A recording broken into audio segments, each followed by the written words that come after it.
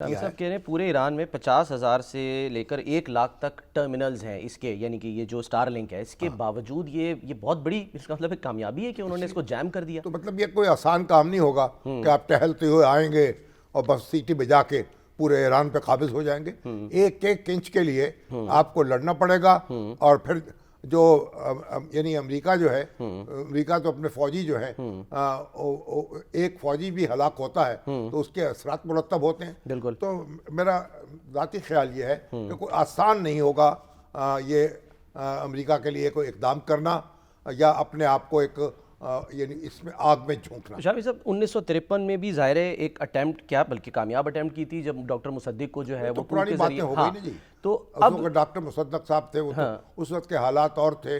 America की अपनी ताकत भी थी और फिर इंटरनल मसाइल भी थे। फिर रज़ा शाह को लाके उन्होंने तख्त पे बैठा दिया दोबारा। अब कहाँ दुनिया कहाँ से कहाँ पहुँच गई है और क्या, यानी वो एपिसोड रिपीट अब नहीं हो सकती कम मेरा अज नहीं कम। ख्याल है कि आसानी के साथ हो सकती है। अच्छा। और ईरान में कोई दाखिली सपोर्ट जो है बड़े पैमाने पे हासिल नहीं है। ना रज़ा शाह पहलवी को हासिल है और ना ही अमेरिका और इसराइल जो है उसके आलात कार को हासिल तो है। ये जो अगर हमले होते हैं तो जो मुजाहिरीन, जितना भी उनका नंबर है, जो इस वक्त ज़ाहिर है हुकूमत मुखालिफ मुजाहरे कर रहे थे, वो आपको लगता है कि वो कुछ नहीं कर पाएंगे, कि नहीं, वो कोई डोमिनेट सपोर्ट जब कर अब पाए? सड़कें जो है ना, वो तो उनके आबाद हैं, उनके उन मुजाहिरीन के दम से उनके नारे गूंज रहे हैं।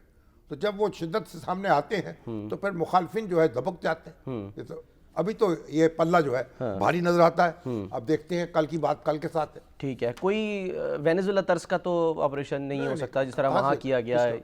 वेनेजुएला थोड़ी है ये ईरान। और किसको लेके जाएंगे यहाँ से पकड़ के? तो वो उनको पकड़ के बैठा लेंगे ऐसी।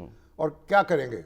ईरान जो है, ईरान पे काबू पाना जो है बहुत मुश्किल होगा। अच्छा। ऐसा नहीं है। चाहे कोई भी खुफिया वेपन हो, जैसे वहाँ से खबर आई थी कि जी वो जब अटैक हुआ है वेनेजुएला वाला, तो उसमें तो वो सोनिक वेपन्स का इस्तेमाल जो है वो किया गया। उनका जो सिक्योरिटी गार्ड है मादोरो का, उसने वो कल एक बयान दिया था ना कि ऑपरेशन के दिन वो कह रहा है हमें कुछ सुनाई नहीं दिया, हम चौकस थे, लेकिन हमारे सारे रडार सिस्टम बगैर किसी वजह के बुलंद हो गए।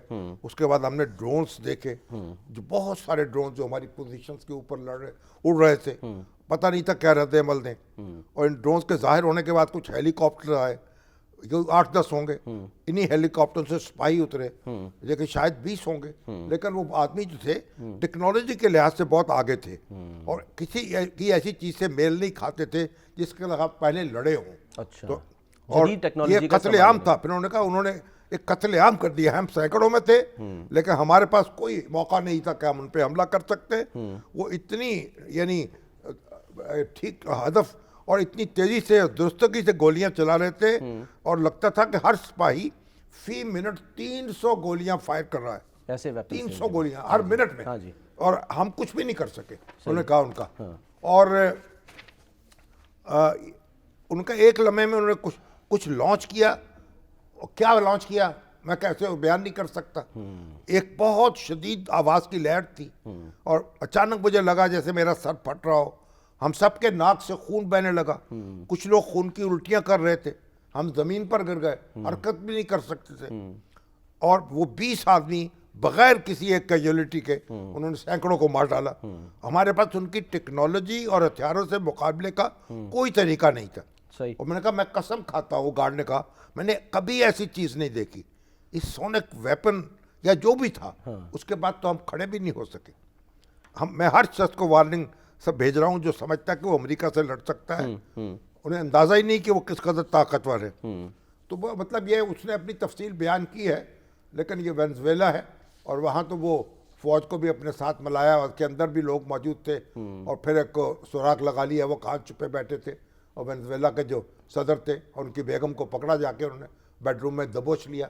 लेकिन यहाँ वो एक्सरसाइज जो है वो की नहीं जा सकती। आपको याद होगा ये प्रेसिडेंट कार्टर थे उस वक्त जब इनकलाब आया तो सफारत खाने पे कब्जा कर लिया था इनकलाबियों ने ईरान में। ईरान अमरीकी से बात ना जी, 444 दिन के लिए बिल्कुल उन्होंने हाँ, एक सीज कर रेस्क्यू दिया था। ऑपरेशन किया था और उसके कब्जा छुड़वाने के लिए हाँ जी। और अपने फौजियों को, अपने जो सफारतकार थे हाँ जी। उनको इनखला के लिए। तो नाकाम हो गया था हाँ जी। और वो सारा उनका तमाशा बन गया था। लेकिन बाद में उन्होंने वो अपनी हॉलीवुड की फिल्म बना के तो उसमें ये दिखाया कि जी हम तो बड़े मजे से उनको बेवकूफ़ बना के और सफारतकारों को निकाल के ले आए थे, उसको फिल्म को ऑस्कर अवार्ड भी दिलवा देते। मिलता फिल्म का जो मर्जी दे दें, लेकिन उस वक्त तो भाद उड़ गई थी।